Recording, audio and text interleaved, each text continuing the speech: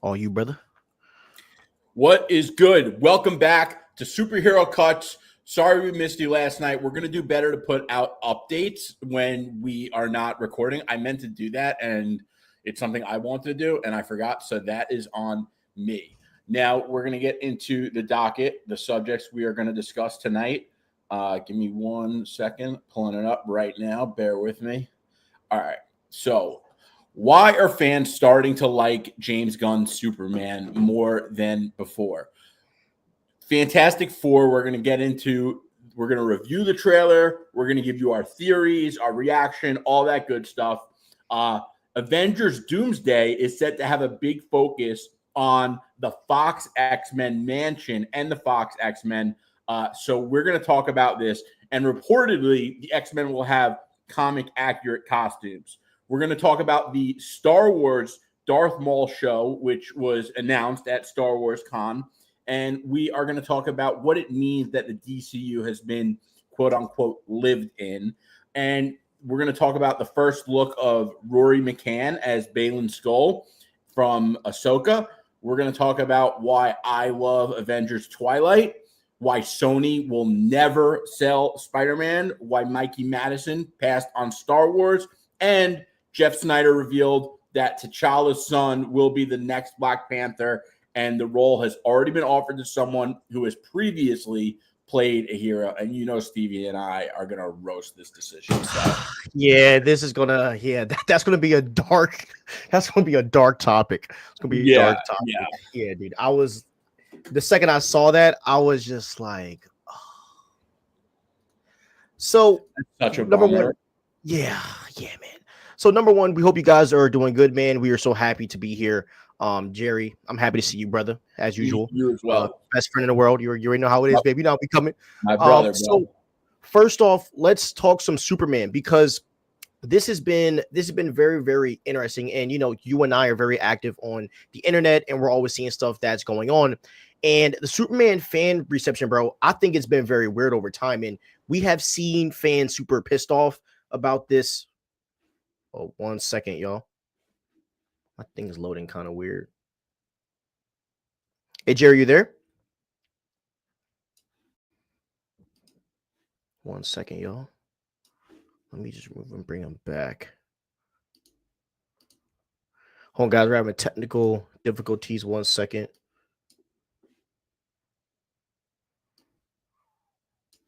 What is going on right now? Oh, his laptop died. Okay, no worries, guys. But I'm going to reply to a chat right now. Let's see what it says. Oh, nah, I'm ready for this T'Challa rant. Yeah, bro, this is going to be a legendary T'Challa rant, because this actually really frustrated me to no end, bro. I was just like, you got to be kidding me. And like, I'm not gonna lie, yo, this episode was going to be pretty positive. And I think this episode still is going to be very positive, but you know, it does come to the point where we have to address the elephant in the room. And right now, the elephant in the room is the T'Challa recast, and it's a nasty situation. But you know, we will be fine, y'all. Right? Like, thank gosh that, you know, like being a fan sucked when I was alone, and now, like, you know, I have Jerry to suffer with. We have you guys to suffer with. So like, you know, it makes being a fan more fun when you have friends you can talk to. Like, even if me and Jerry don't see eye to eye, like, he still gives me other viewpoints that I never thought of, and it's like the same going, you know, both ways. But anyways, all right, now back to Superman. Let me pull this up. Okay, so as I said, right, bro, it's been really weird with Superman, because fans have been super pissed about, you know, Superman through every step, through the casting, the costumes, the looks, the quotes, the tweets. We have seen a big divide in our fandom over the Superman film. And it seems like after the Superman extended look, right, we have seen fans become more and more excited with Superman. And it does seem like a lot of fans that were negative, not saying that all of them, but some of them are turning, and, you know, they're ready to give Superman a chance. So I wanted to ask you, number one, did you expect fans to possibly turn and start to actually expect Superman to be good, or like, or was this something that even shocked you? I don't really see a change in the hype for Superman. I think it's been like this from day one. I really do. I think that there most people are really hyped for this movie. I think that the more time you spend on Twitter, you're going to run into, the Snyder cult. But I do think that other than like that weird corner of the internet, everyone is super hyped for this movie. The hype for this movie just feels different than anything else out there. I agree, bro. I agree. And, you know, at least off of my side of the internet and people that I have talked to, like I have this little like super chat where I talk to like some of my friends from childhood, and a lot of them were down in Superman until which is so shocking that it takes you having to see the Fortress of Solitude to sell you a Superman, but whatever. But Yeah. I do believe that, bro, to a degree, we could see the Robert Pattinson Batman all over again, which is where fans literally trash Pattinson so hard, and then they lightened up once they saw the movie, and now people like view the Batman as one of the best Batman films of all time. But I do want to first, bro, I want to give Corn Sweat props because he is taking the heat, and when he was asked about it, he said that he expected it and that he has thick skin. Because I do feel like a lot of actors, definitely in our space, they don't have thick skin, and they do respond back in ways that I don't think is very professional. And I also think that what makes fans super comfortable with Superman right now is that, they know that this project, bro, is being handled with love and care, right? And the reality is that fans have Superman and Batman trauma. So the reality is, bro, is that people will always rise over topics like Batman and Superman and stuff like that. But I do feel like James Gunn kept, trucking along, and he gave us, great visuals with, great comic accuracy. And it seems like every decision that they've made so far has been heavily thought of. And I was reading an article kind of trying to study up. And the one, bro, I didn't know that James Gunn got offered Superman a while ago, and he turned it down because he didn't know what story to use. And he waited until he found an actual story to make a go at it. And it just shows you that like he's not doing this just for $1, but he actually wants to tell a really good story. And like if that doesn't sell you on someone that's trying to tell a Superman story, it's like, what is, bro? You know what I mean? Yeah. So I I think it's very think interesting. some decisions, come from a lot of thought, and some of them are instantly. And I think, from a creative standpoint, when you get a job like making a Superman movie and you are such a comic book head, especially given where Superman entertainment has just recently come out of, I think that that's not the kind of decision you come to immediately. I think that's a really difficult thought process because fans don't really know Superman properly or accurately because of the decisions of Zack Snyder and the DCEU. And you could say you like that movie, that's fine, but you cannot, with a straight face, tell me that that is comic accurate. And I think that James Gunn understands, I hate to use like internet terminology, but he understands the assignment. He understands that, fans want comic accuracy now more than ever. And the comic accuracy debate really came from Zack Snyder's portrayal of Superman. I mean, that's really where it came from to begin with.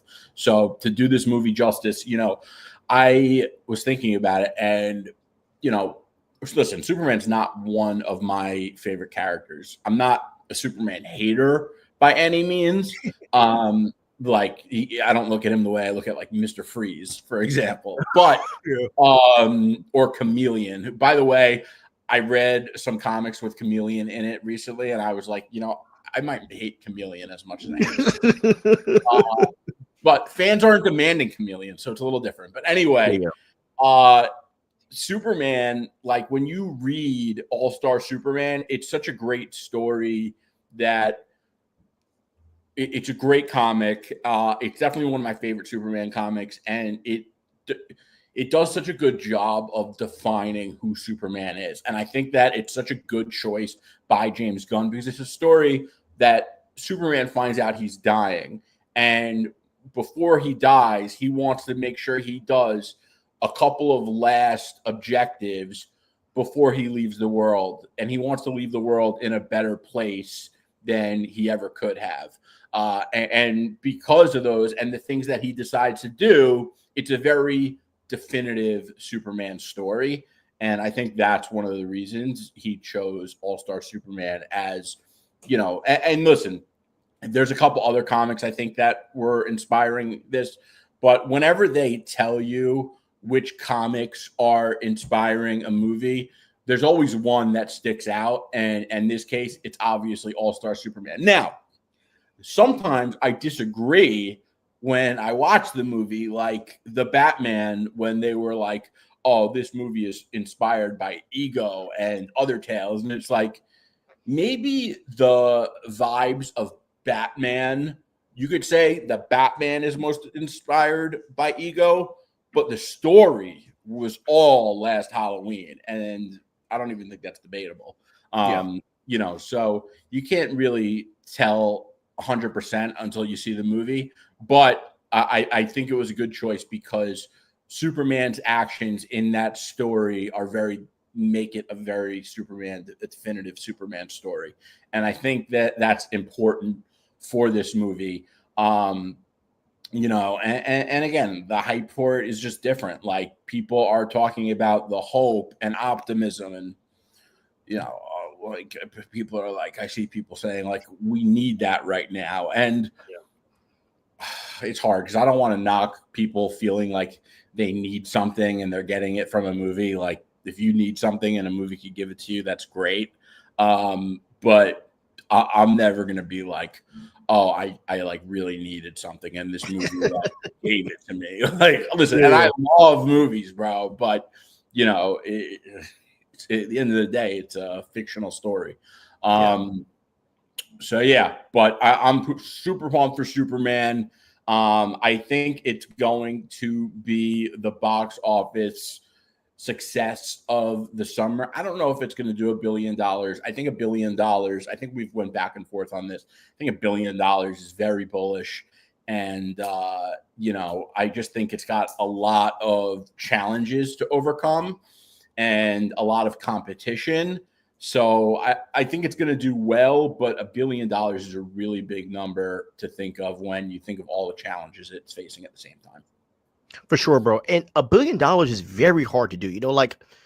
And we were spoiled by the MCU. Have to do $1 billion, by the way. Yeah, like that's not what I'm saying. Oh yeah.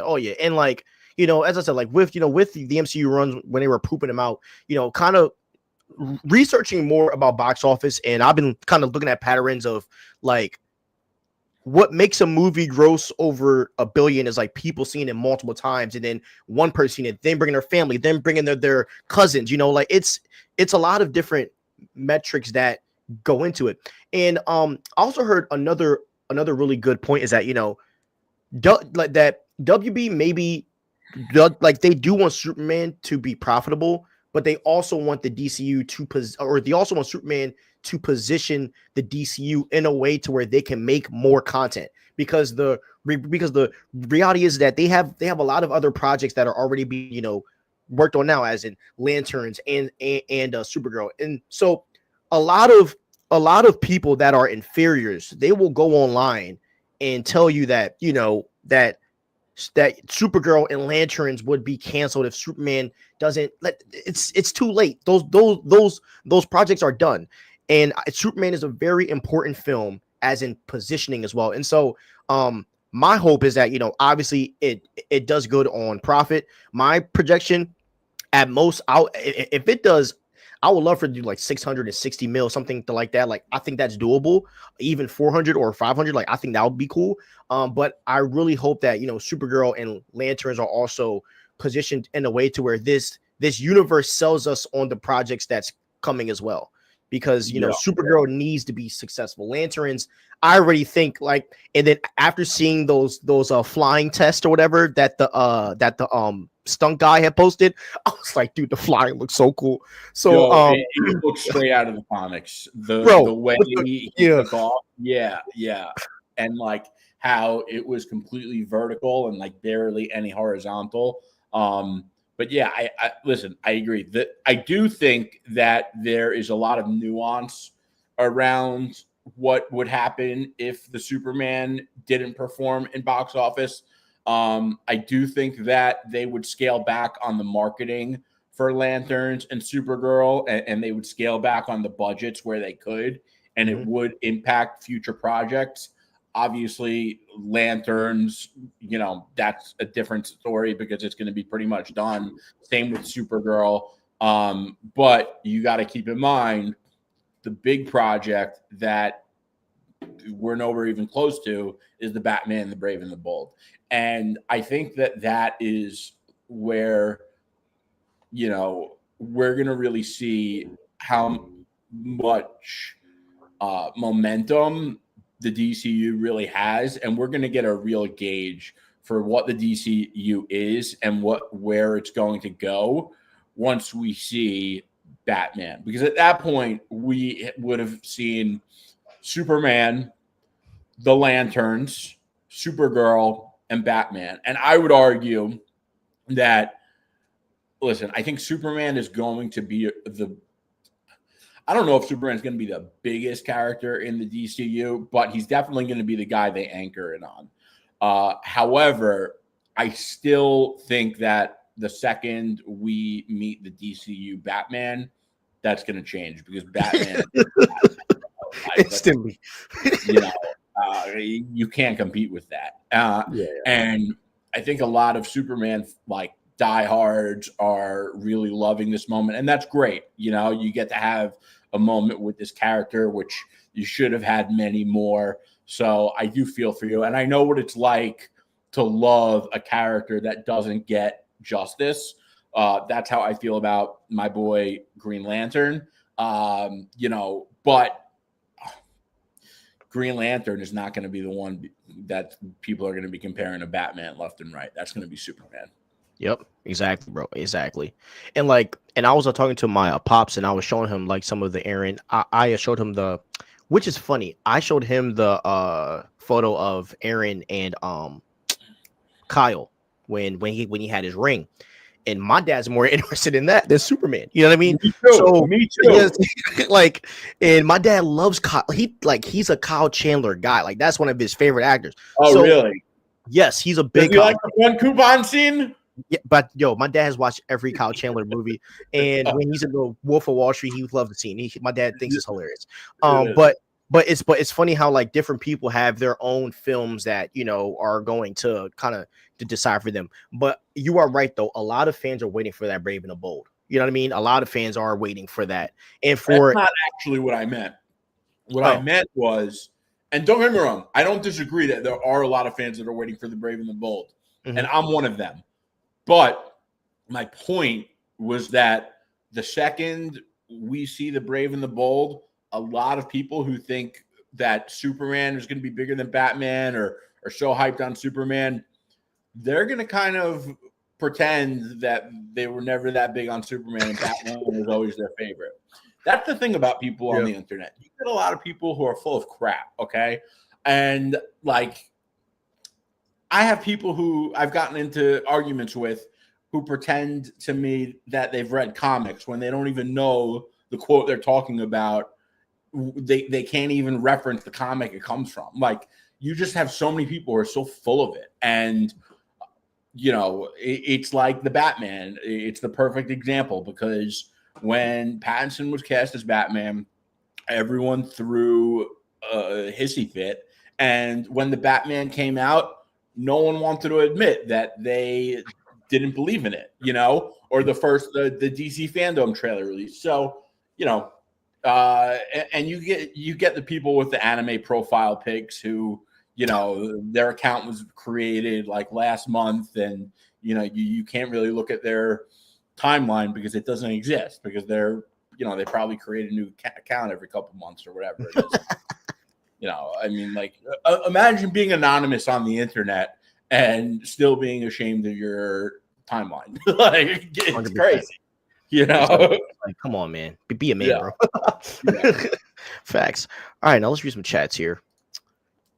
From the casual people that I've talked to, they are all going to see Superman, already planning on watching it twice, one with my friends and the other with my cousins. Good, man. Good reviews don't always translate to box office success.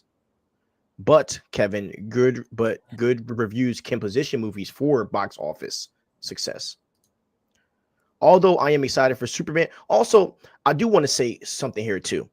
YouTube is a big reason why these films succeed as well. There's a lot of people that watch their YouTubers and how they see these films as well, bro. So I feel like a lot of people think that it's only rotten that people watch. No, people are on X, YouTube, and Instagram. There's a lot of people out there that if they like it, people will go and see it as well. Like I think we do a lot of heavy lifting for a lot of these films in regards to like talking about lore and all of that stuff. By the way, you know what I'm going to start calling movies? What's up? Because so many people call movies, and I know you weren't doing it this way because I know you don't do it in that way, but a lot of people call movies films to make themselves sound like artsy, and it just comes off as so pompous and pretentious to me, and I've always hated it, especially because almost all of these movies are shot digitally. So I am going to start referring to them as files. Interesting. I like because that. that's because if you're calling it a film, you're calling it like the actual medium that you get to experience it from or play it from. But so it's no different than calling it a file because that's what it is. It's a file. It's a file. I'm gonna watch the file. I'm gonna watch Superman file today. yeah. I'm going to the movies to watch the new file. I'm going to the files. I'm going to the files to watch the file. Mission Impossible file. I'm gonna check that out. Yes. Although I am excited for Superman, my fourth favorite. And Jerry, watch freaking like every other person on Threads and X start saying that in the next 3 days. Watch. I bet you. So someone's gonna say files out of nowhere and gonna act like they came up with it, and then you and I are gonna be like, "Where'd you get that from, huh?" Yeah, especially the people who love to claim they don't bite us, and exactly.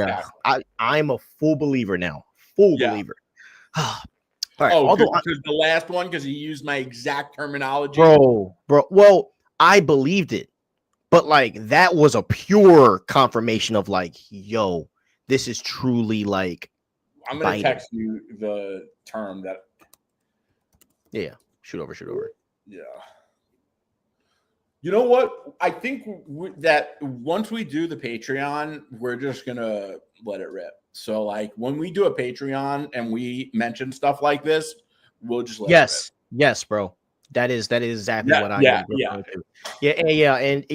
And when because there's so many other words to use to describe that one that like. And it's like he doesn't even care. He's like, as long as my followers don't know this, like, It's like at least when I want to use someone's point, like I give them props. You know what I mean? It's just like I just think it's professional. First time. That's all I said. I was like, great. Yeah, bro. I think it's a professional thing, and like no matter how big or small you are, like we'll always show love if it's a great point.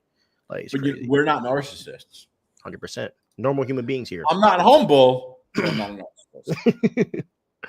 I think what they mean by needed, I think from an entertainment perspective, like people are tired of all the BS coming from into our media. I see it differently. I think that there are people who are like, it's such a cold world that I need a little hope in my superhero movie. I think it's more like that. I'm not saying that what you said doesn't exist, but that's what I was talking about. Yeah.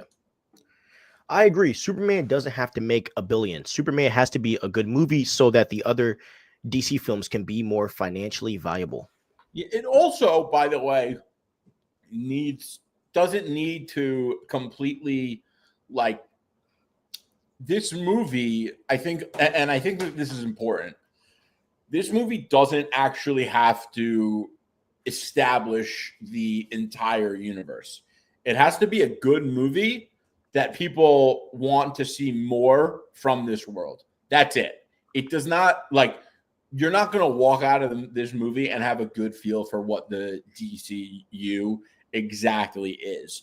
And Iron Man wasn't like that. Iron Man, if you watch Iron Man, like you would have walked out of the movie and you love the movie, but it didn't give you a feel for what the MCU was going to be. At the most, you were like, oh, I forget who the post-credit was. I think it was like a Captain America or Thor. Yeah. And I remember walking out and one of my friends I was with, I remember this. He was like, "Oh, I read that thing they did after the credits, because we didn't even call it a post-credit scene then. It was the first time we ever saw something like that." He said they were talking about doing the Avengers movie, and I just remember, oh, that's going to be so cool when they do the Avengers. But like, it didn't feel like a universe after Iron Man, you know. And and maybe this will be different. And we're going to talk about this a little bit later in the pod, because it's one of the subjects, unless Stevie decides he thinks it's a good idea to fold it into now. But, you know, one of the things that we have on the docket is what exactly does it mean for the DCU to be lived in? And I think that maybe that might be the differentiator for Superman establishing the universe. And I'm not saying it can't happen. I'm just saying it would I don't think it's a reasonable expectation to expect this movie to like really establish the greater universe. I partially agree with that statement, partially, because where do you agree and where do you disagree? So where I partially agree is that I do agree with it's not going to set the standard for the whole entire DCU, but I do think it sets the rules and bounds for a part of the DCU, because when James Gunn talked about the whole map thing, like remember when he talked about how the way that they're planning it is kind of in a map, so it's kind of like Superman, Batman, and then so it's in the same universe, but it's like different tones. Yeah. That's how I kind of feel. So like I feel like Superman is setting the stage for a Supergirl to exist and a Green Lantern like to exist. Like I feel like they all are existing in that same type of place. And then I think that with like Batman and other characters, it will be like same universe but different tones. And I feel that Brave and the Bold will establish, that part of the DCU. So it's kind of like world building. It's kind of more like I think that Superman is going to do a lot of world building while also making the story worth it. And that's I don't want to say it's my worry with Superman, but I'm very interested to see how much world building is in it, because he said that he is prioritizing world building over story. And with the MCU, they prioritize the story over the world. So, I think it's a very interesting way to go about it. I just want to see how that's put on screen. I don't think I've ever really seen it done that way, where you're prioritizing your world building over building your story. And I don't necessarily think James Gunn means that the story is going to be sacrificed because of it, but as in Superman sets those rules, and that's why I think Hawkgirl and Guy Gardner and characters like that are in this film as well, because of that reason. So I thought he said the same exact opposite, which I'm trying to look up. Hold on. So I have the quote pulled up. Okay, so he said that Superman is focused entirely on telling a great Superman story, not building the wider DC universe, which is exactly what I said. Well, to combat that though, right? So he talked about the DCU and he said we are world building, not story building, and he said that his goal was creating a expansive setting for diverse narrative. Could you send a link? Because I'd like to see this. What up, Smiles Frown? Welcome back.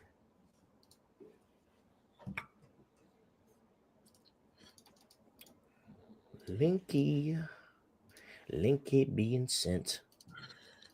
Yeah, I mean, and also we don't know when he talks about world building, we don't know if he's talking about Metropolis world building, DCU world building. So that's a very vague word. Yeah. In this context. Yeah, true.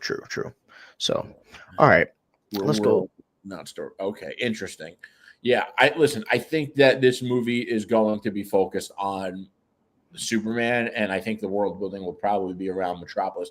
Listen, I want to see the world building of the DCU as much as everyone else.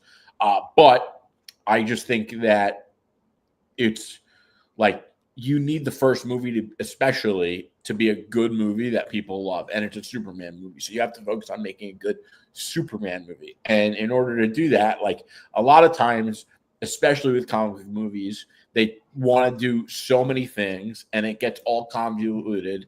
And next thing you know, you just have a movie that everyone's complaining about. So I don't know. I think that this You is just cooked without even peeping that you just cooked. I think I knew I cooked. No. That little quote you just said. You said. I remember you said they're world building around Metropolis. What did you say? I said that.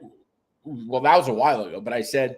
No, you said that just now. You said the world building around could be around Metropolis, or it could be around the DCU. But either way, in this context, that world building is vague, because if someone says world building, do they mean Metropolis world building? Do they mean DCU world building? We don't know. And that's why I usually, and I'm not saying James Gunn isn't smart. Again, I didn't see the exact quote, but what I will say is that I think that the more specific people are able to speak, usually the more intelligent they are. And there's a lot of reasons for it, but we don't have to get into that right now. 100%. You know what will be kind of cool given Hal's age in the DCU, but what if they make Hal the Spectre after like 3 seasons of Lanterns or something? It could. I get it. I feel like if there's a place to do it, it's the DCU, but I kind of just want Hal to be Hal. And I also would just be happy if he's around. Yeah. Superman, Batman, Wonder Woman, Flash, and Green Lantern as the big 5, similar to Iron Man, Captain America, Thor, and Hulk of the MCU. That'll be awesome. My hope for Lanterns is that if received well, people get so excited that Gunn is like, darn, we need to do a Green Lantern movie with Al and John, right? Oh, that would be awesome. Yo, what's up, Smiles? How you doing? How you doing, my guy? I definitely think we are going to be a Green Lantern movie, but I kind of like it as a show. They have more time to world build about the Lanterns. I think Superman world building will probably be a intro to Metropolis, which hints to the broader world. Maybe stuff like a Gotham, Gazette, or Vicky Vale. Interesting. All right. Next topic here, y'all. Let's get it. So let's talk about the Fantastic Four First Steps trailer. So, pull this up for a second. So the Fantastic Four trailer dropped last week, and it had the whole entire fandom buzzing, right? So we got our first look at Shia LaBeouf. We got more shots of the Fantastic Four using their powers. We finally got to see Reed stretching, finally. It took a few trailers. And we even got to see hints of, Franklin being born, and we got to see Galactus's foot. Got to see his foot. But bro, I want to ask, how did you feel about the Fantastic Four trailer? And just what are some things that's kind of circling in your mind? At first I was really just frustrated with it because of Shia LaBeouf and just the whatever. And then I watched it again and I was like, okay, this movie actually does look really good though. Like it actually looks amazing. And I can't wait for it.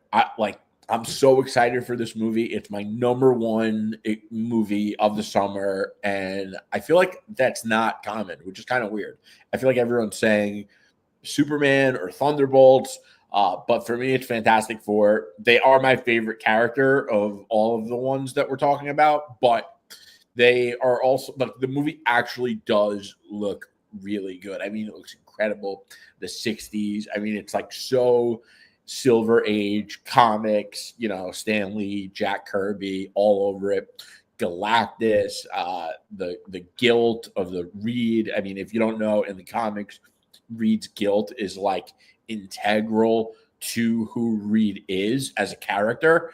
So, I mean, I have a lot of theories around it, but I'm so excited. I think this trailer was amazing, and I think that this is going to be the best movie of the summer. I really do. Yeah, and I'm with you, brother. I loved the trailer. I think the trailer gave us as fans what we needed. You know, as I said, we got action. We were able to see the powers of all our heroes. I do think that Shia LaBeouf's design was not as crisp as I expected. I was actually very underwhelmed by the design, and a lot of people were coming at me saying, "Oh, like it's silver. What do you expect?" But why does the Silver Surfer in the 2008 Fantastic Four look better than the freaking Silver Surfer now? So I hope that they do make edits to make that silver shine a little more. I wasn't a fan of the hair either. It looked too toyish to me. But I will say her movement was sick and awesome. I love the Human Torch, and you can tell that they didn't really veer off of how they did what's his name's Human Torch. Who was the original Human Torch? Jim Hammond. Chris Evans. Sorry. It's Oh, like they basically just copied the same way that he flames on. I hope he says flame on as well. I hope that it seems like he's just going on at will, but it looks like he's not. if he doesn't say flame on or thing doesn't say clobber in time, I'm gonna be angry. Like that. Yeah, I really want to see that. Yeah, I agree. I didn't think Shia LaBeouf looked bad. Like I get the criticism, but I think she looks fine. Like I think I think her design is sufficient enough. It does the job. Yeah. It's not amazing, but it's not bad. I want to see more of Reed stretching. John Campea was saying that he didn't think it looked that good, and you can't really. Yeah, he was like, he was just like, you can't make stretching look good. He's like, I don't know how it's going to look for the rest of the movie. But he's just like, that's just not something that is going to look good in a movie regardless of the visual effects. So now that he said that, I'm looking out for it. But yeah, I thought before I heard that, I thought it looked good, and I still Same here. Same here, bro. That was interesting. Dude, I loved how Sue Storm uses her powers, because in the old school, like when she used her powers, it was like an invisible field. You could actually see the blue. Like when she used her powers, I really like that. Yes, it's invisible, but we're watching a fire, so we want it to be visible. This foul thing is going to kill me every time. Yeah. I'm telling you. Yo, that's gonna get me every time, bro. Because you say it so casually, bro. It's such a good one. Oh man, when I thought of this today, I was like, because someone was like the film, like, bro. Yeah, that is a great file. They're like, what? Like, yeah, but yeah, bro. But I do like though, bro. Like in this trailer, as you said, right? Reed is harboring something very dark. And I do think a part of this harboring is something that we don't really know about. And you and I talked about this in private, where I said that something with that quote. I stretched the bounds of space, and they heard it. I believe Galactus and Silver Surfer are going to be threats, but I do believe that something is going down before the Silver Surfer and Galactus even show up. And I'm not sure what that thing is, but there is just something being hidden in this movie. And I have no idea, but something's going on behind the scenes. I think that what's being hidden is the multiversal dynamic in this movie, because we know that's going to be part of it.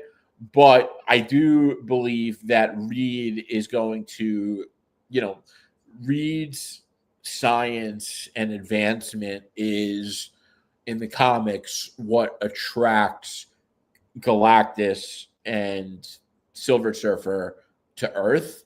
So I think Reed, that's what's going to happen, and I think Reed's going to feel really guilty about it, which is basically confirmed in the trailer. Yeah, I'm thinking it has to have something to do with Franklin as well. How do you feel about them not putting the daughter in there and only going with Franklin? Does that bother you at all, or no? It's too much. It's too much to do.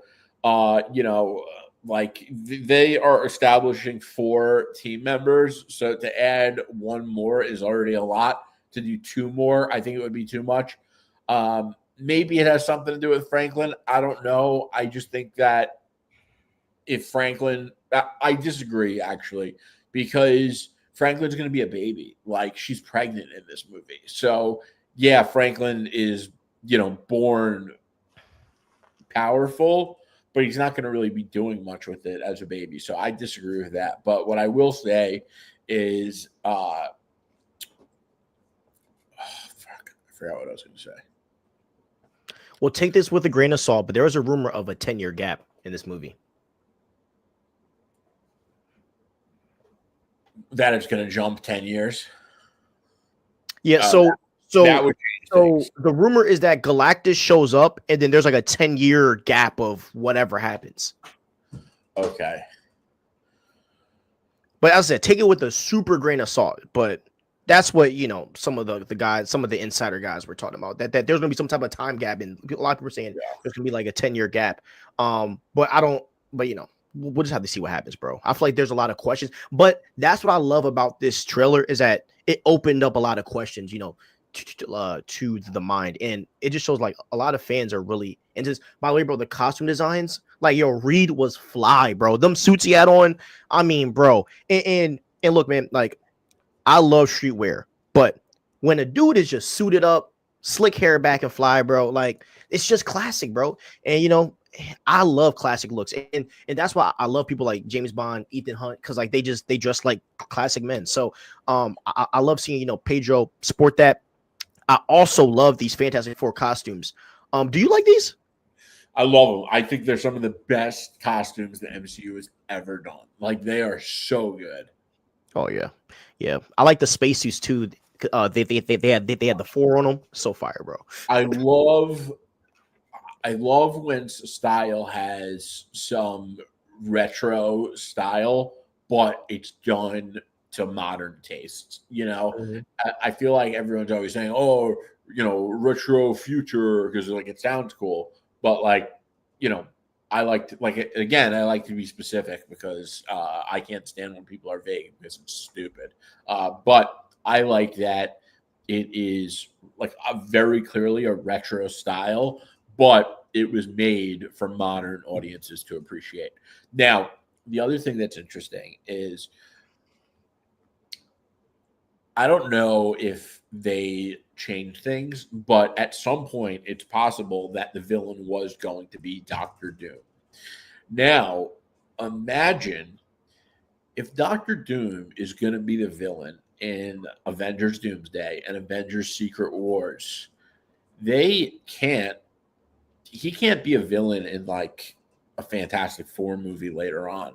They can't do that. You can't put someone at an Avengers level threat and then make them the villain of a smaller movie. So it's kind of annoying. Like, yes, I'm excited we're getting Doctor Doom, but I would like to get more. Oh, and by the way, that I got from John Campea. It was a good point. He's great, but he made a really good point because, like, think about it. Imagine if they did an Iron Man movie after Endgame and Thanos was the villain. Like, it would feel silly.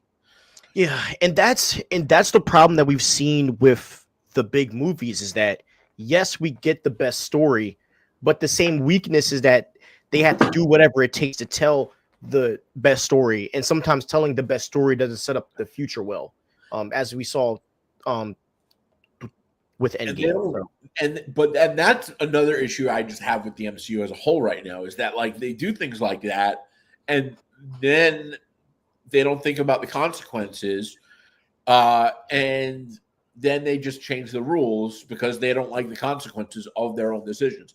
And in universe, if your consequences of the actions in the universe don't matter, your universe doesn't matter. Yep, exactly.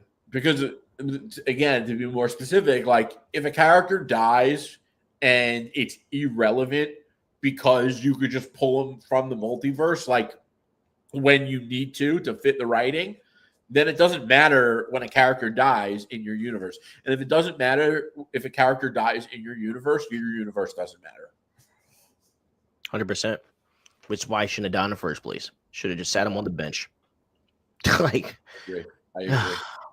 Yeah, like, I think people would have been very emotional seeing Tony quit because the events of Endgame was so taxing on him as a person. Okay, let's read some chats. Consequences would have been the same from the story, though, if they Yeah, did that. true. Yo, wait, I think we read that already. Yeah. Oh, let's see. Oh, my bad. The Thing still looks.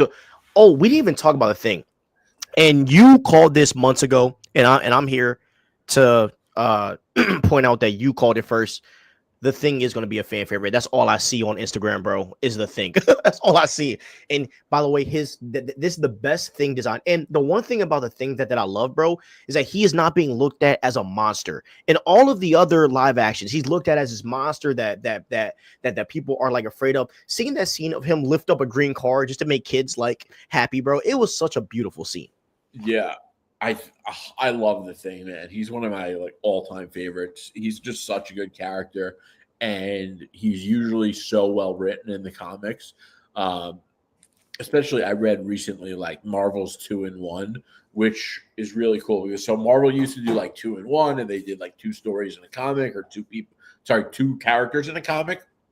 But after the events of Secret Wars, when they did the 2-in-1 by Chip Zdarsky, and it was Johnny and the Thing looking for Reed and Sue across the multiverse, like that was crazy. And the other thing that's going to make the Thing more popular is that him and Johnny are like they're like brothers, literally, and they go at it. They have the funniest relationship with the best banter, and I think that it's going to work really well in the MCU. I mean, it was already apparent, like when he was like, Johnny's like, "You're late," and then the Thing is like, "You're late, you're pregnant," and Johnny was like too stupid to realize. Yeah. That was great.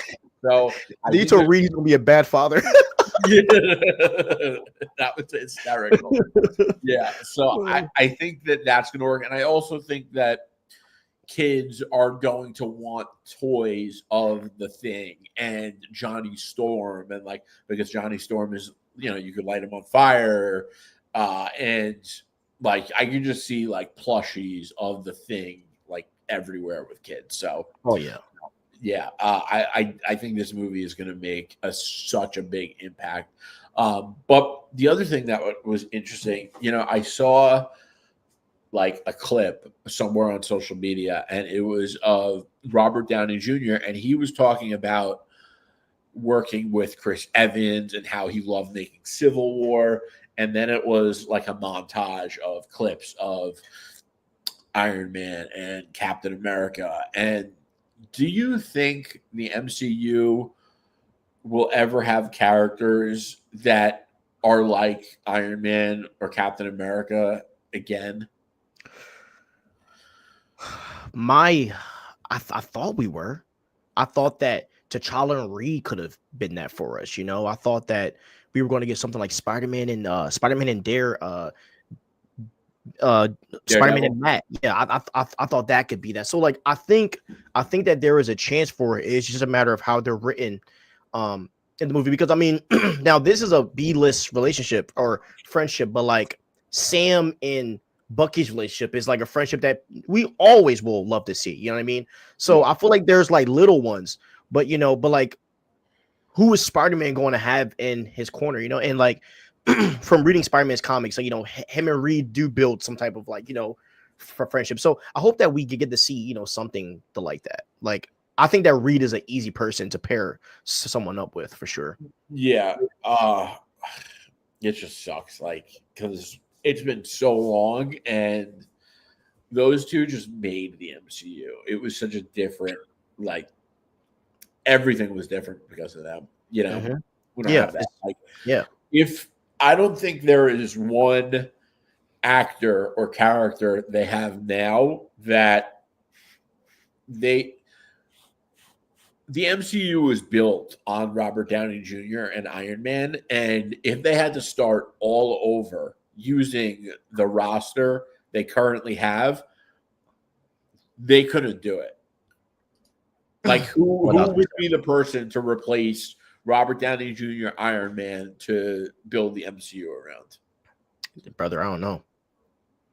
I mean, undeniable talent, I mean, and like I was watching Jamie Foxx. He was on Joe Rogan's podcast. It was like years ago, but Jamie Foxx was talking about when I think he was talking about Tropic. No, no, Thunder. no. Yeah, well, he did, which is hilarious. But he was talking about how he asked RDDJ to pop up to his daughter's birthday, and this when he was booming as an MC star, and he showed up for Jamie Foxx, That's and he was awesome. just right, and you know, and they were just saying how like even though he got into the mess he was in, everybody knew that he was an undeniable like talent. You know what I mean? And Right. and the MCU, they were just blessed to be able to land him at that time because it just took the right person to unlock that inside of him, and he just became just, I mean, one of the greatest actors of all time. Yeah. And it's hard to come across to that, you know. And you know, I mean, look, Pedro Pascal is one of my favorite actors, but he just turned 50. You know what I mean? Like he's older, and I look at the up and coming guys. I look at Aaron, like Aaron Pierre just got casted for Lanterns. You know, I'm looking at guys like Corn Sweat and Rachel Brosnan. A lot of those guys are going to with J. James Gunn. Now we do have people like Tom Holland, but like his price is only going to go up as you know the years go on. So it is up to Kevin Feige and his team to be able to scout and find up and coming talent, you know, that they know will boom. And I think that's hard to find. I think that RDJ is like such a special person and talent that you can't replace that. Like, I just don't think you can. I don't think there will ever be someone that will, you know, radiate throughout the MCU the way he did as Iron Man. You know, and listen, maybe they do something with him after Secret Wars as Doom. Like I said, maybe they do Infamous Iron Man then. You know, and he comes back. That would, like, after Secret Wars, that would be something that would be cool, you know. But I like Pedro as an actor, but I don't think he has that spark the way RDJ does. No. I love Tom Holland as an actor. I just don't think you could really. I think Spider-Man's a more difficult character to build a universe around the way Iron Man is. But, you know, I think if they had to pick someone, I think it would probably be Tom Holland. Yeah. See, like, I view RDJ like LeBron James. Like, as much as people. I was funny you say, I was thinking Michael Jordan. Yeah. But I was saying how, like, LeBron, like, as much as people hate LeBron James, like, he's always professional, and he always promotes being a basketball guy first. You know what I mean? And like with RDJ, Iron Man, like, he owned it, bro. Even in his regular life, he owned being Tony Stark. And like, I don't see that in Tom Holland. I don't see that in Pedro Pascal. You know what I mean? Like, yeah. like RDJ knew that he was the guy, and the only other person I saw that in that was a newcomer was Black Panther guy, Chadwick. That's the only person I saw that owned it. And I think Chadwick could have been that guy, but you know, obviously RIP, you know. And so like that's probably the only other guy I saw that I won't say that magic in, but I saw that stardom in. You know what I mean? That was an A-list guy. I can't believe they're not recasting T'Challa. That's so it's so insane. And it goes to show that where there's smoke, there's fire. They are not making good decisions. Yep. All right. The stretching is a bad fact, bro. I liked it. I did but too. we barely saw anything. You know what I mean? Yeah. That's the other thing, real quick. We only saw it for a split second, and maybe that was intentional. Exactly. The Maker has become one of my favorite villains. Can't wait to see you read. I love the Maker. Not gonna lie. What have you been reading that you love the Maker from? Smiles frowned. Facts. Not gonna lie, I don't feel the chemistry with this cast, and Pedro's stash annoys me to no end. I agree. Pedro's read becomes the Maker is my pitch. That would be fun. That would be sick. The production design for Fantastic Four is perfection. The performance, though, seems like they're sleepwalking. What do you mean by that? Yeah, I don't agree either. I think they're killing it. Do you think this is the only time we see Galactus, or somehow, some way Galactus will live and he's going to be in the Maker? I do think we will see him again. I think it's difficult because they have won off so many big villains, but it's a multiversal saga. I don't know.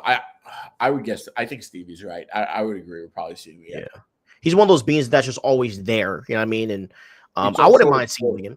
Like, he could have a role in the multiversal story. That's the thing. that's why I think he could probably appear. Yep.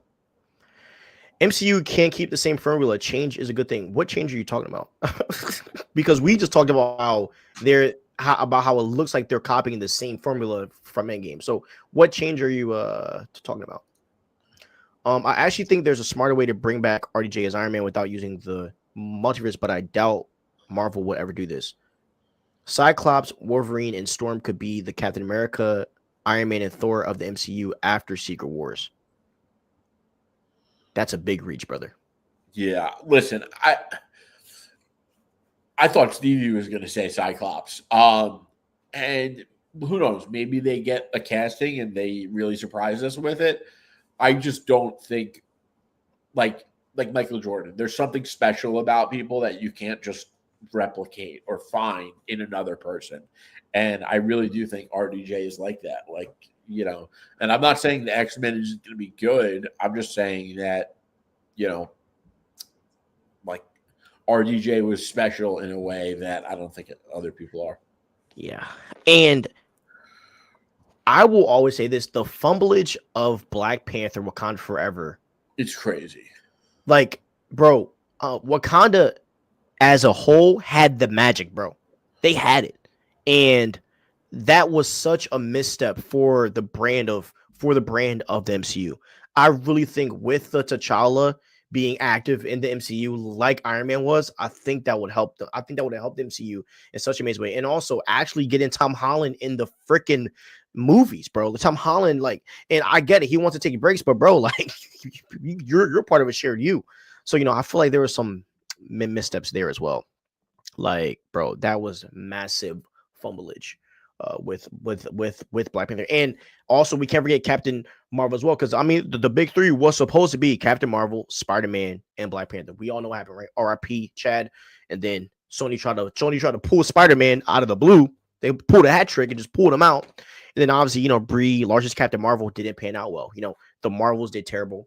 And then during our press run during Endgame, a lot of fans started to hate her. So, you know, it's just an unfortunate situation. All right, now let's get to some Avengers, okay? So, excuse me here. So, with Avengers Doomsday, it is said to have a big focus on the legendary X-Men mansion from the Fox films. And then also as a side note that I know we're going to be hype about is that they are getting comic accurate costumes. So, how do you feel, bro, about, you know, them using the X-Men mansion in Doomsday and that kind of playing a part? I think I'm torn because I don't like that everyone's excited over this movie because of the nostalgia cameos, and I don't even know if it's cameos. Like, it seems like it's not cameos and they're going to have real roles in the movie. But at the same time, like, I think that if it is a multiverse, like, it could be cool to have another universe be the Fox X-Men universe that people do know and they, you know, do feel connected to. So I'm kind of torn. But what I also think is that I think Marvel has a new formula, actually. And I think the new formula for multiverse is like have a kind of hole in the movie where they go to another universe and there are big cameos in that like hole in the movie, usually in the second act. And my examples of this are Doctor Strange, the Multiverse of Madness. They, you know, when Doctor Strange and America Chavez traveled through the multiverse, and they did it in Deadpool and Wolverine when they went to the Void.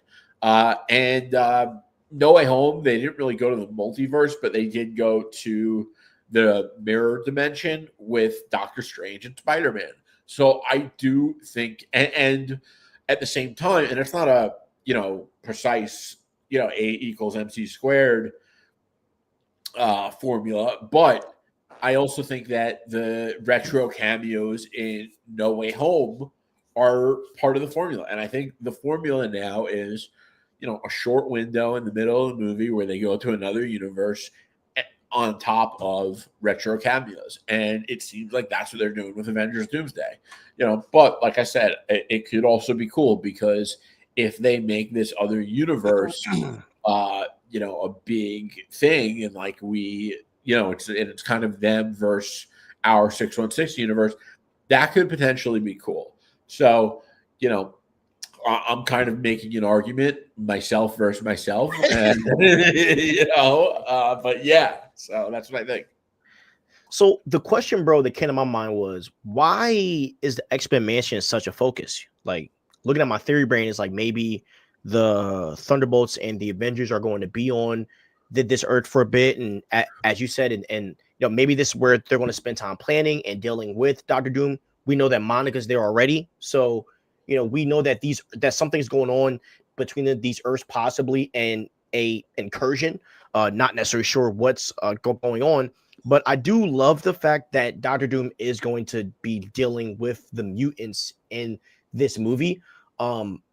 Because I do think that, like, I think it's just different. Like when I think of Avengers Doomsday, the first thing that doesn't come to my mind is, oh, he's going to fight against the X-Men. You know what I mean? Like, it's just, and I think that that's going to offer a lot of good scenes and a lot of good dialogue and a lot of good fighting that I think fans are going to be super excited for. But the question that I do have is, like, what takes the Avengers and Thunderbolts if they go to this Earth? Like, what is it that makes them go? And that's the question. Obviously, I don't know the answer, but I would love to find out, like, what makes them do it. And I mean, it could be even something to where, like, they've maybe Kelsey Grammer's Beast has been in communication with someone from the MCU timeline already, and they've been, and I even have a small theory that I've been writing up about. Maybe Reed has been in contact with people from other Earths as well. So there could be something, weird going on. Or to avoid an incursion. There's an impeding incursion. They jump to another Earth and avoided it. Exactly. But yeah, that's interesting. I want more Doctor Doom. I hope he's the post credit for Fantastic Four. I really do. Yeah, I agree, brother. I agree. All right, let's see what some chat said here.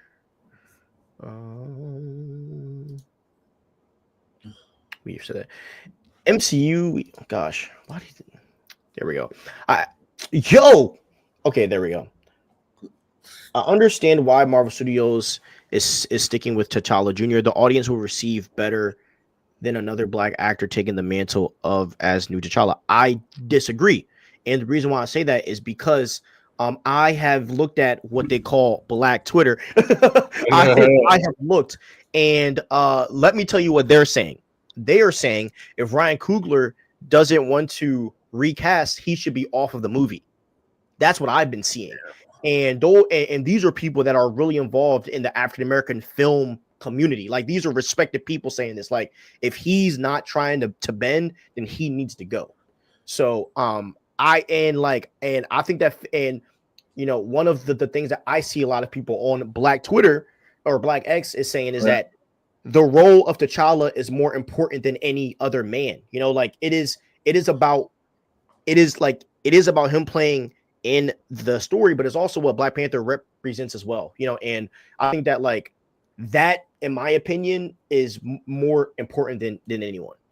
Yeah, I agree. I mean, listen, they don't have another, like, big they have Sam Wilson, but, like, the thing about doing T'Challa, what people don't understand is that T'Challa doesn't have the heritage that T'Challa does, and you can't change that, and that makes a difference because all the other stuff that exists in the real world, the Black Panther comics, the first movie, everything else is connected to T'Challa, not to T'Challa. And when you make Black Panther 3 T'Challa, you're disconnecting that heritage from that character, and by doing that, you are stunting its growth.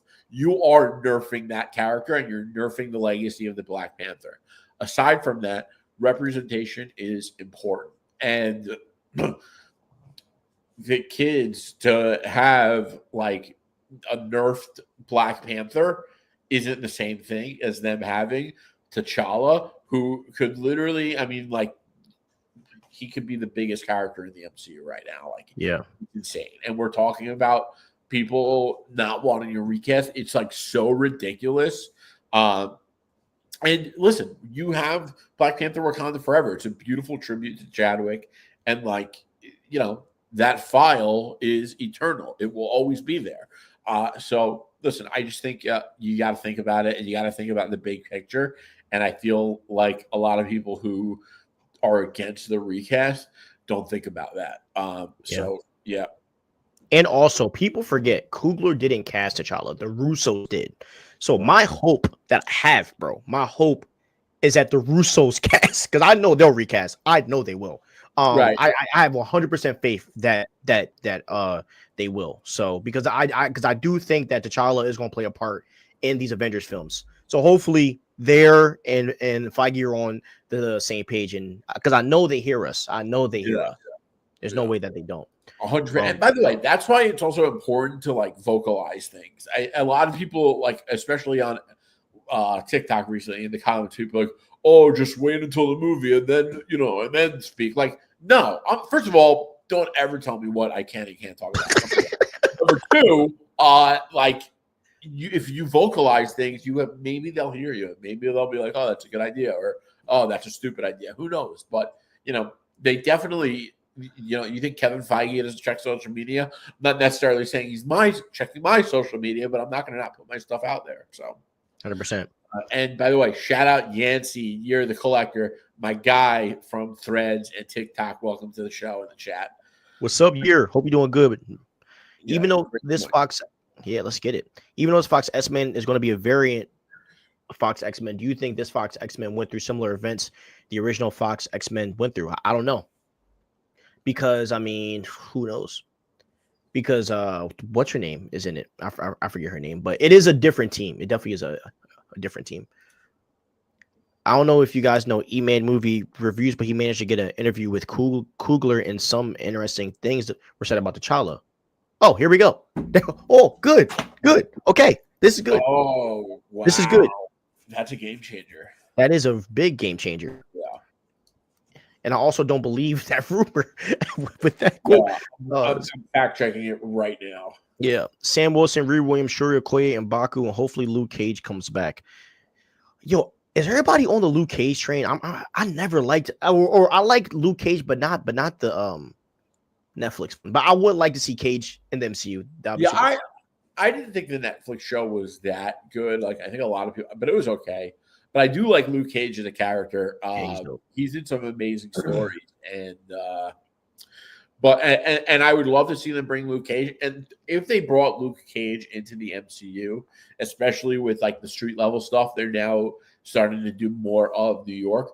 Luke Cage could be a pretty big character. I'm not saying he would be as big as T'Challa, but like Luke Cage does have a presence when he's involved.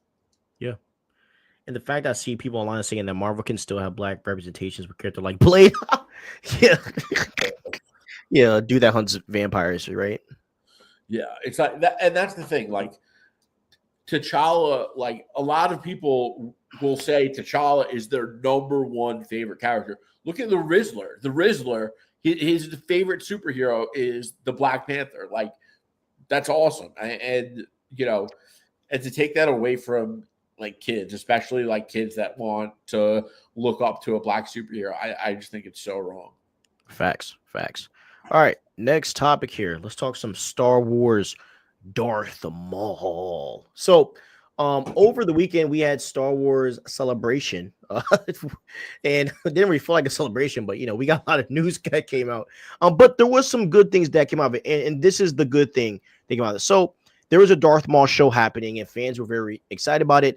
And it takes place about a year after the Clone Wars, and it will explore Darth Maul trying to rebuild his criminal empire while at the same time dealing with the rise of the Empire. So, bro, how do you feel about fans being excited about this Darth Maul project, and that Lucasfilm is actually trying to do a project that fans are excited for? I got it. I changed the. So I think that I love that people are really excited over this. I've always wanted to see more of Darth Maul. He was such a great character that never really got to shine other than his one, uh, episode one. But yeah, I think it's great that they're bringing Darth Maul back. I want to see new and fresh content and direction from Star Wars, and I think that this is a great step in the right direction. And it's an easy one because always loved Darth Maul. I feel like everyone's always wanted more Darth Maul, so I think that this is a no-brainer that they should have done like 10 years ago. 100, bro. And Darth Maul's a character, as you said, that they've wanted back so much, and we have gotten a fair deal of Darth Maul though. So, but he's such a complex character that you can use him over and over, and fans will still be like enamored. And he is one of the dopest Sith ever, and his character death obviously is a super sad story, but it also is wild because he is insanely powerful, and he's a character that you can always build with, and his involvement. And I got to give credit to Dave Filoni because without him, Darth Maul, in my opinion, when it comes to the animation game, would not be loved by fans like me who didn't grow up reading the Star Wars books. You know what I mean? And like Dave Filoni's animation of Darth Maul made me love him as a character, and he always took these shows to another level. And Sam Witwer, bro, like he is such a talented voice actor, and he plays Maul perfectly. And this show is going to be a big deal. And I'm glad that Star Wars is digging into something that I want to see more of, which is the criminal underworld. And it's funny because you and I, we covered a few months ago that was one of George Lucas's next, bouts. Like he proposed doing a show on the criminal underworld, and obviously it took too much money for them to make at the time. But I'm happy that that they're trying to utilize that because, like, it is a good question. How did the criminals adapt to the Empire? You know what I mean? Right. Like, and you have a dude that is super powerful with the lightsaber, you know what I'm saying?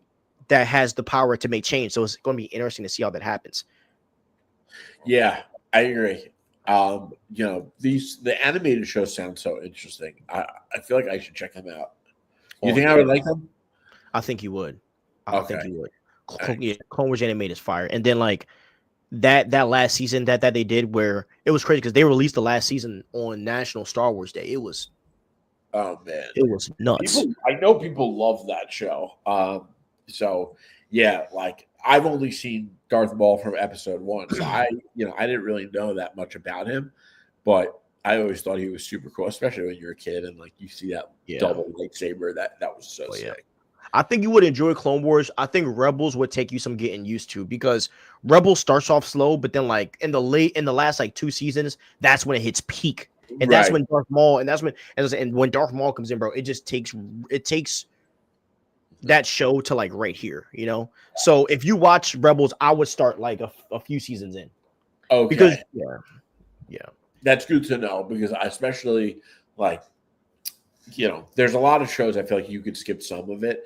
I always meant to do that with Smallville, and ChatGPT was like, skip to this episode because I don't like shows that are procedural where the plot isn't consistent and each episode feels like one-off story, kind of like the new Fantastic Four comic by Ryan North. I know you're the collector, Yancey reads it too, which I love, don't get me wrong, but I wish it was like a consistent story and not just one-off individual episodic stories.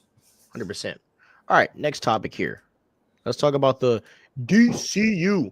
So, I really wanted to talk about this, bro, because James Gunn has stated that the DCU is not about telling a single linear story leading to one major bad guy. Instead, it's about building a cohesive universe where various stories and characters coexist.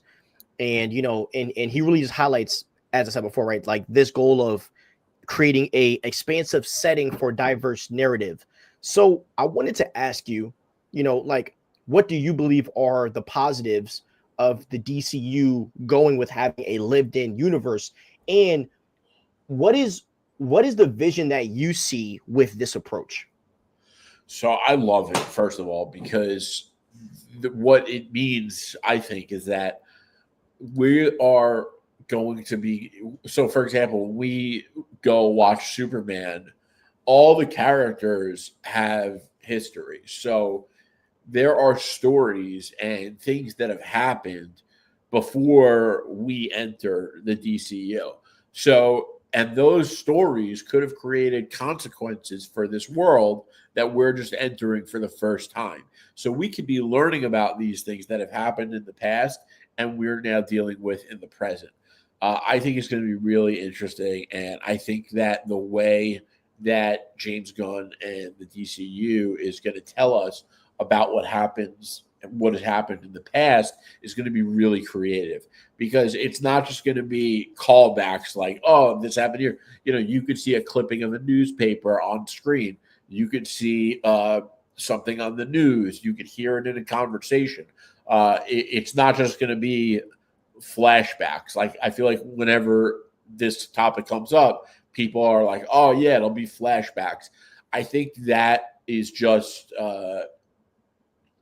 short-sighted and oversimplified term for the scale of something like this. And James Gunn is super creative, so I'm sure he is going to do this. And it's also going to make this DCU feel very unique and different, especially compared to Marvel. Well, maybe not so much, because the MCU is lived in now as well. We've been in the MCU for a long time. Maybe he's doing it to compete. I don't know. But I do think that it is something that's fresh and new. And I think one of the things that James Gunn is going to have to do for this DCU to be really successful is that it's going to have to be innovative and fresh and not just more of the same. You know, you're a competitor, you're not the same product. So we don't want the exact same thing from you. We want it to feel a little different, a little fresh, a little new. That is a really great take that you just said there too, about you are not here to copy. You're here to find something and do something new. And right.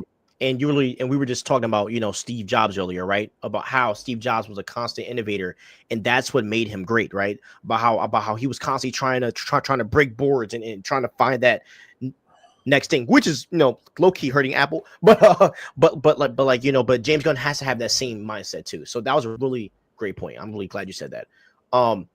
I am sick of origin films, so I'm happy that James Gunn is doing this.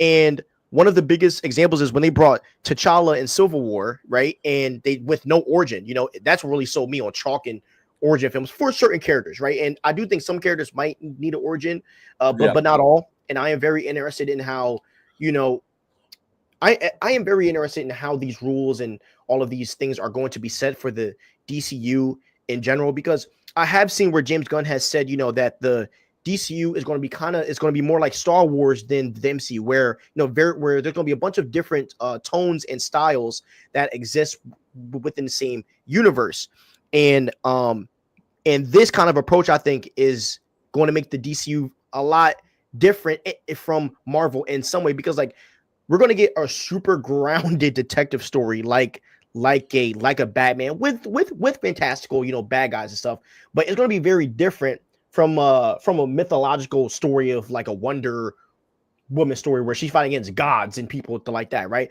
But it's all going to put his hands in the pot to this unified universe, and with the DCEU, right? Like, we saw them contribute to a really dark universe, and I think that the darkness did help a lot of it make sense, in my opinion. So I am very interested to see how James Gunn is going a different approach where each tone is going to be different. And I'm very excited to see how that's going to fit into the DCU together. And obviously we've seen that in comics, where there's different tones, but they all seem to fit. I am excited to see that in live action. Yeah. You know what else, by the way? Like, just because, so they could do origins without making it an origin movie. Black Panther kind of touched on his T'Challa's origin, but it wasn't an origin movie. But I think that fans are, overall a bit tired of the origin stories. But I do think that if we don't really know, or if it's a lesser known character, I think they do need to touch on the origin, because if people don't understand the character and how they came to be, it's harder to connect and understand that character. I have film flimsy confidence on Gunn at the best. Did y'all see what he did to my boy Frankenstein? Are you talking about from that show he did? Creature Commandos? Yeah. Yeah, you know, I don't listen, I know he changed them a bit, but I do think that with lesser known characters, you have more room to change the character. But I understand where you're coming from, because if you love that character, you of course want that character to be comic accurate. I just think that if a character is lesser known, lesser people know about that character, so they're not going to care that much as long as they enjoy the content. But I get where you're coming from. But listen, look, I don't think he's going to be changing characters like Superman, Batman, Green Lantern, Supergirl, like those characters. I'm pretty confident are going to be comic accurate. Yep. But did you like the Guardians movies or the Suicide Squad? Are you a fan of those? And yeah, by the way, the Ryan North one is incredible. Like they wrote those characters. He wrote those characters so well. It's like it's definitely in my top favorite books right now, even though it is episodic, which I hate. But every time it comes out, I read it on release date. I think it's coming out this week or One World Under Doom. It's one of the two. Yeah. Let's get it. James Gunn is making the Superman promotion all about himself. Let the cast promote this film on its own, so the audience will give it a chance. So I used to say this, but I have a different perspective on why James Gunn is putting himself out there. So number one, James Gunn is the most famous person out of his whole cast that he hired. So I do think James Gunn needs to be front and center for Superman. Number two, I think that with how hard the fandom has been, I think I'm going to commend James Gunn for putting himself to be the punching bag instead of his cast. And that also is another reason why I think James Gunn has been so vocal. Now, there is some ego, you know what I mean? And I think that to do this job, you have to have ego. But I do think James Gunn has been a lot more vocal, and I think he has thrown himself out there because I do think that he is the punching bag. And I don't think that's an accident. And I respect that. That's an interesting theory. I never thought about it like that. You might have just cooked. Yeah, bro. Because I mean, bro, I was just thinking about it, and like, as much as people don't like Corn Sweat, he doesn't really get hate. Brosnan doesn't really get hate. Nicholas Hoult doesn't really get hate. Everybody throws the hate to James Gunn, but he's the only one that's really yapping, and I don't think that's an accident, you know. And I think that's a commendable thing, because Feige would never do something like that. Yeah, he's kind of fallen on the sword to save the movie. Yeah. You know, I don't know if I believe it yet, but it's a very smart theory, and I'm going to think about it. It's definitely possible. And, like, even if that is true, Kevin, do you think that James Gunn, if he was being self-promoting, like, do you think that impacts the movie's quality? Seriously. Facts. I can easily see Gunn doing projects taking place in time periods of the DCU. Example, a Justice Society movie in the 1940s that takes place in the DCU, or a Hal GL movie in the past with Gunn. And that's another good thing about having a universe that's lived in, you know. And Jerry, you actually talked about this like a while ago too, saying how we can do some like prequel films, which would be super fun. So right. Oh yeah, I forgot about it. I should have said that. But yeah, they could, like, you know, say they keep referencing a certain event that was like a big crossover with the Justice League or whoever, and all of a sudden fans get really into that. James Gunn can be like, you know what? We're going to make a movie of, you know, whatever it is that everyone keeps talking about. Heck yeah, bro. All right, now let's talk about Rory McCann as Balin Skull. So we got a new look at Balin Skull. By the way, I did not know that Rory and Ray Stevenson were friends. And yeah, and he actually ended up talking to Ray's wife before taking the role, and like that, and apparently like him, Rory, Dave, and Ray's wife had a really good convo about it, and I think it's beautiful that he's continuing his friend's legacy in the form of a recast. Like I think that's beautiful. Yeah. Now, off of looks, how do you think Balin looks? I think it looks great. Like, it looks perfect. He looks like Ray a little bit, bro. I thought it was Ray at first when I saw him. He does. Yeah, he looks amazing, bro. Yeah, this is he really is one of the coolest costumes in Star Wars. Just dark, bro. Just dark. Well, also the pattern. Like if you zoom in, you can kind of see it through the stitching and the seams on his torso. Oh yeah. That's sick. They cooked with him. And look, bro, I'm happy with this recast. And he's a key character in Ahsoka. He's needed to make the story work. And there's so much in this Ahsoka show that has to offer his fans. Anakin possibly being the father of the balance between light and dark. We still don't know what is calling out to Balin as well. So I think that Rory's going to play a really good role, and I'm excited to see what happens. Star Wars is cooking. It's funny, John Campea hates Ahsoka. I think it's hilarious. I'm like, why do you hate it? It's so funny. He hates it. Yeah, I heard him say that too. I was kind of thrown back. I figured he'd like it. I but thought it was great. But he also said, but I think that he likes the Andor types of films. I'm not sure if he's into all of the Force and stuff. I think that's why. But anyways, next topic here. Now let's talk about some Avengers Twilight. So on X, you were posting comics that you liked, and it was kind of a trend that was going on. And the thing you posted was Avengers Twilight. So I wanted to ask you why you liked that story, because I was doing some research because I was like, if you posted, I gotta look. And so I know that it came out last year and that it was written by Chip. And one of the things that caught me was it got compared to comics like The Dark Knight Returns and Kingdom Come. And those are amazing comics to compare to. So, and the way that I am with you, right? You read a bunch of comics. So any comic you post, I'm automatically saving. I thought you told me you read this one. Huh? I did not read Avengers Twilight, bro. No. Okay. No, so, I thought you told me you did read it. You didn't really like it.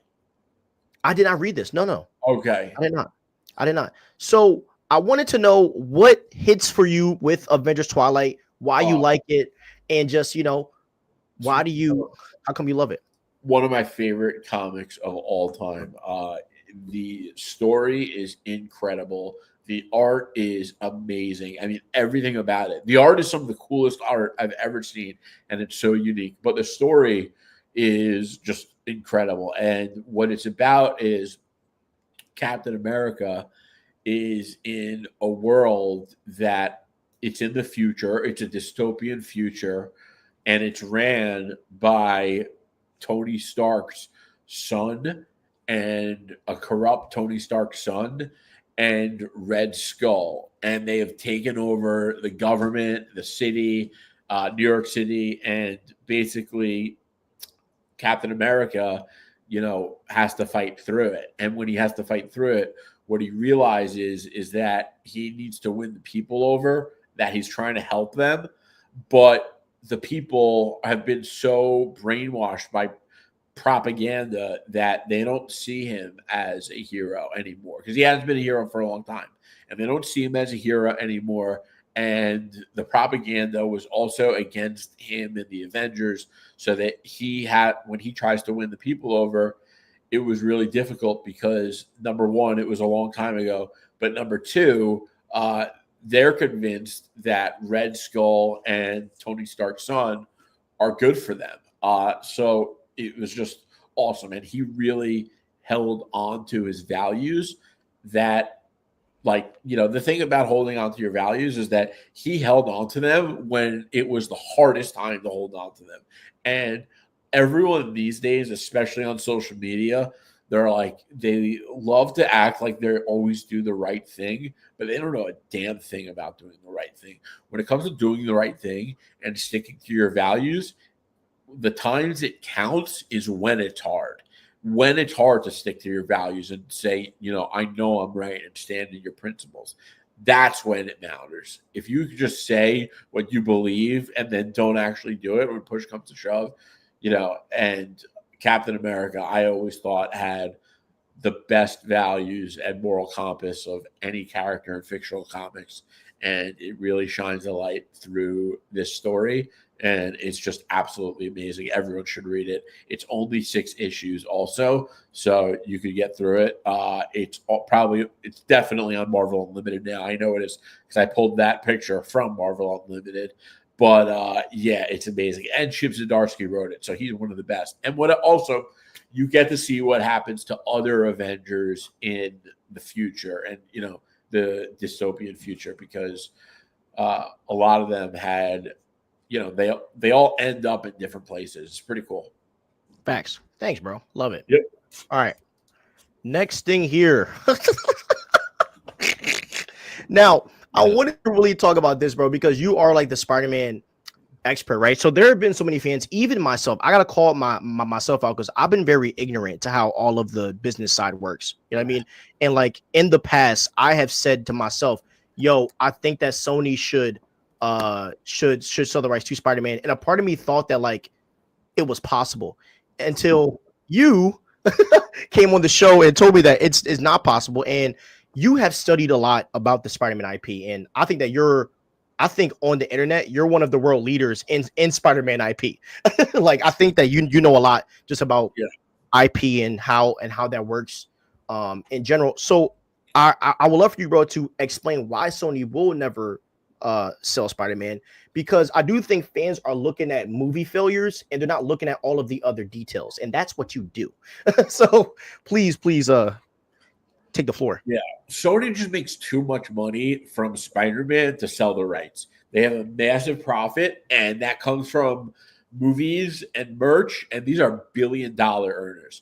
We're talking about cross-media rights, film, animation, amusement park rides. There's so much, like, they merchandise the hell out of Spider-Man. When I say merchandise, I mean like, they use that IP in so many different ways to keep the brand present and to sell more items. And when I think they keep like, when you talk about managing an IP like Spider-Man, it's not just about sales, like sales of water bottles.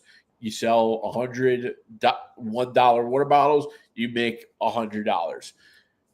When it comes to something like Spider-Man IP, there's strategy involved. Each product is not just about the profit. It's about Spider-Man's presence and keeping Spider-Man in demand for certain value. So, for example, it's about when someone goes to an amusement park, and it's a big amusement park, a famous amusement park, there's a Spider-Man ride there because it's the best of the best amusement park, and Spider-Man is going to be there. And the kids that their parents took on vacation to go to this, wonderful resort, they get to go on a Spider-Man ride and they'll remember it forever.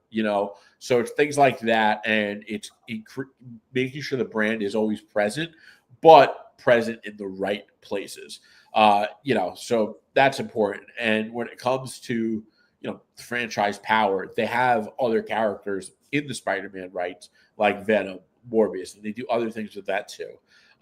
But they get to also benefit from the MCU success. The MCU has been very successful with Spider-Man, and Sony gets to benefit from that. And even if they don't have a profit sharing agreement for those movies again make Spider-Man's presence larger, and Sony is selling other Spider-Man product, and that MCU Spider-Man No Way Home is essentially a sales pitch for their other Spider-Man product. And they just got to keep making movies to hold on to the leverage that they have with Spider-Man, so they're going to do it. It's a lot of people just only think black and white, and you got to think I don't know. You either have it or you don't. Yeah, I mean, so as I said, right, I did not know that it was that complex until you told me, because I never really looked into it, like that deep. Yeah. And when I looked into it, the thought that came to my mind when I was prepping for this was like, this is the same reason why Disney will never sell Lucasfilm Star Wars because they make so much money off of the merch and parks that they would never sell it. Like it would be stupid of them to sell it because, Also, sorry, what's there? Go ahead. There's they're too. It's also like too big to sell. At a certain point, think about how much money Sony could sell the Spider-Man rights for. You're talking like billions and billions of dollars. So if you were to pay for the Spider-Man rights, like 10, 15 billion, whatever, if you paid so many billions of dollars of the Spider-Man, is it even worth it anymore? Like, how much Spider-Man product could you sell to be profitable after acquiring something like that? So you have to think about that too. And that's what, like with IPs like this, at some point, you almost get too big to sell. Yeah, I got some stats in here too. So Lucasfilm merchandise alone, just merchandise, $1 billion annually, right? The Spider-Man 1 game generated $3.8 billion in its first 2 years of its release. Crazy. Sony's going to be fine, bro. Sony's going to be fine. And that's just one video game. And that's not even counting the Spider-Man merch. And when I tried to Google it, they couldn't even find me a number for how much they have. Right. So it's like one was like 34 point something million in a year, but I mean that it wasn't official. So that should just tell you how crazy, or how valuable Spider-Man is as an IP. Yeah, and it's a masterclass in IP management. There is no character in comic books that is managed better than Spider-Man is. Period. 100%. Sony is selling the rights. So Sony selling the rights to Spider-Man is like Microsoft selling the rights to Halo. Facts, bro. Sony and Marvel Studios. Well, actually, who did sell the rights to Halo? No, it wasn't. Was it Paramount? Because they have a Halo show, right? Definitely not as big as Sony, but as Spider-Man. But it used to be Bungie Studios, and now it's 343. Okay. It was Bungie. I forgot about that. Yeah, and now it's been 343. Sony and Marvel Studios need to make a deal where Sony can do Miles Morales live action movies separate from the DCU while Disney uses Peter Parker. I think we've talked about that before about how they can have two Spider-Mans and make it work. Sony does make good films. Ghostbusters, Karate Kid, Bad Boys, Venom. Anyways, Resident Evil, Spider-Man, Men in Black, Hotel Transylvania. Sony needs a win though, man. They haven't done well in theaters. Yeah. Okay. But not really great points. Now, we have one more topic on this, and then we're out of here. So, Mikey Madison. Okay, now, this is very interesting. So, Mikey Madison did a movie called Honora, and the movie got just recognized in the movie world. And it is said that she turned down the role to be in the Ryan Gosling Star Wars movie. Now, John Campea, he did say that he heard from his contacts that the reason why she did not do it because she didn't want to jeopardize her career because of the fan base of Star Wars. Now, this obviously isn't confirmed from her mouth. So, we obviously got to take it with a grain of salt, but John Campea does trust his sources in this. But aside from that, does it make sense to you why a up-and-coming actress like Mikey Madison would turn down the Star Wars movie? Yeah, I thought so right away because Star Wars has been so badly managed and their projects are terrible and they would probably just hurt her stock. Like, she needs to make the right decision. I was listening to John Campea talk about this too. And someone else on the show made the point that, like, fame is fleeting. She's at the top of her game now, but that's not going to be forever. So, obviously she wants to get a big IP, big bag contract. But I don't think Star Wars is the right one because the movies, come out and everyone's arguing if it's good or not. And, and the actors don't really land a lot of roles outside of Star Wars after that either. So that's why I thought she turned it down. Who knows? Maybe John Campea's source was right. He said that he was like, I am not saying this happened. I'm just saying this is what I heard. So he said it's entirely possible that it's not true. But what did Jeff Snyder say about it? Because I thought he said something too. Did you mention that, or was I thinking about it? I didn't talk about Jeff. I just talked about Yeah, because he said something else about her. I'm trying to find it. I forget what it was, but yeah, he said because Jeff Snyder said he heard something different, but I forget what it was. Yeah. Now, I do think Lucasfilm does have the most toxic fan base, but it's warranted. You know, when your president goes on stage and craps on fans, and it's modeled by the same people that work for the company, and your actors do it as well, it is warranted toxicity. And if they did say that racism and misogyny, that's not what he's saying. Yeah, exactly. Yeah. We're saying is that it is warranted to be upset with Lucasfilm over the quality of the content. We're not saying it's okay to be upset with Lucasfilm because of an actor's race or gender. Exactly. Because we don't care about that stuff. We just want good content. We just want good movies. We don't care what the race or the gender is. We just want a good movie. And if the good movie happens to have, someone who is diverse, we're going to enjoy it. That's not, Exactly. Yeah. And look, right. As I said, the fans can be insufferable. And I will also say that when the content is fire, the Star Wars fans will unite. You know, like we saw that with Mando, we saw that with Clone Wars season 7. And you know, it does shock me though that she didn't sign up with the Gosling, because like I do feel like Gosling is a very well respected actor, right? Like he's a married man, a good father. There's no real drama or spectacle with him, you know, in news. So I thought that, you know, it would be a great actor to work with. But with that being said, Daisy Ridley has said in like interviews ever since her Star Wars stuff, she struggles to land roles. So, you know, and I think you said that as well. So that could also, you know, play a part as you know, Star Wars right now might be looked at for female roles as a career killer, bro. Like it might be viewed like that in Hollywood, bro.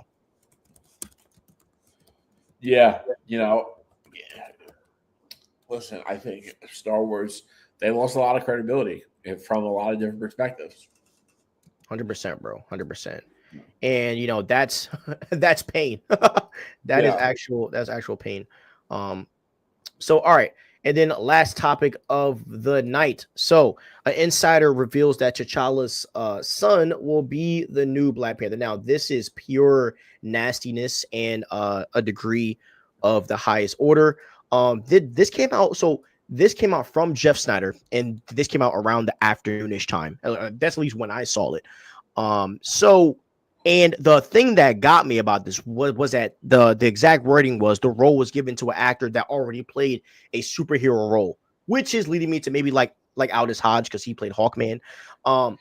So, and we've talked about this throughout the episode already, but like, let's just talk about it. I really don't have a lot to say because I'm so frustrated, but yeah, I'm so frustrated, man. I mean, I'm still so frustrated that he wasn't in Wakanda Forever. So, like, I mean, every time I go to watch a Marvel movie and I pass over Wakanda Forever, I'm annoyed by it because I don't even want to rewatch it. And like, I love Namor, so I want to watch it because of him. But it's hard to watch it when you know it should be T'Challa, and it's just crazy because he's like such an important character, and they're just like, no, we're not going to do it. This is one of those things that makes me question the state of mind that is making these judgments, because when there's smoke, there's fire. And if you're making decisions like this, you're going to keep making bad decisions because you're a bad decision maker. 100%, bro. And, you know, and like, these are decisions, bro, you just can't shoot bail for. You know, you can't shoot bail for crap like this. And for anyone that tries to shoot bail, I just can't respect you as a fan, bro. Let's be real, I can't. Like, So like there's a lot of people that will try to justify this casting. You know what I mean? And like, I don't have a problem with someone saying that they don't mind it, but like trying to justify that this is the best decision sounds crazy to me. And there were some people on like online on X and stuff. Like I'm on X, and then of course I shouldn't have went to Threads, but like our Threads and people are trying to justify it, and it's like, bro, like how do you make sense of this? but we're cool with recasting everybody else. It just those are the things, bro, that just drives me insane as a person. It's crazy that people are always looking for reasons to justify stuff, and they won't just admit it's a bad decision. It's crazy. 100%. And it's like, and like, it's okay. Like, we love the MCU probably more than a lot of you do. And Yeah. like, I'm just being real. Like, we Yeah. are big MCU and DCU lovers here. And like, I am not ashamed to say that this is a dumb decision. And Yeah. that's what frustrates me, as I said, about the MCU, is that like I feel like a lot of people, aren't being real about this. And like, it's like, bro, we shouldn't even need to use the multiverse to recast him. It should just be a regular recast. Right. 100%. It's so crazy. And like, they know how important the child is. That's what's so stupid about it. Like, I just don't understand how anyone could defend this decision. And it's so disappointing. Hopefully they're wrong, because they did have a rumor that they were recasting T'Challa. So who knows? Exactly. Who was the insider? Jeff Snyder. And that's what scared me, because he's been right about a lot lately. Yeah, he's been right about a lot. And so I'm seeing her crossing my like fingers, dude, please let this be fake, right? So I do hope that this is not true. And I hope that we can get, a T'Challa, whether if it's the multiverse or not. And that's kind of how I feel, bro. I just don't want to see it. And like, we will love Aldous Hodge to be T'Challa. Like, he's he's my main pick. I know yours is Damson Idris. I'll be happy with either of them though, especially at this point. Like, just do it. It probably is Aldous Hodge. 100%. I think you're right, because who else could it be? Yeah, who else could it be that just played a superhero role that's not like too long ago? It would have to be Aldous Hodge, and then he had that show on Amazon Prime that he just did, where he's a cop. I forget the name of it, but my mom, she loved the show. She said it was good. So I do think that there's I hope that Aldous Hodge is T'Challa, like not T'Challa, but T'Challa. Yeah. So we'll see what happens, but. I do think that like T'Challa is a little bit like what you said with like Batman. Like, if T'Challa is recasted, that will make the fandom, they're going to go crazy over that. Like, that would be nuts. They know it wasn't the right move for Wakanda Forever, because if it was the right move for Wakanda Forever, they would continue with Shuri as the Black Panther. That's what's so crazy to me. It's like, why not just give us T'Challa?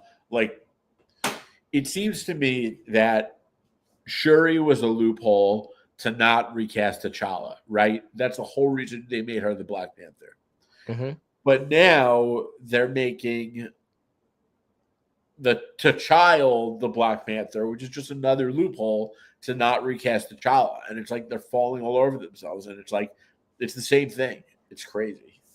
Yeah, exactly, bro. And the other thing too is that if they really believed in Shuri, she would have popped up in way more MCU projects as well.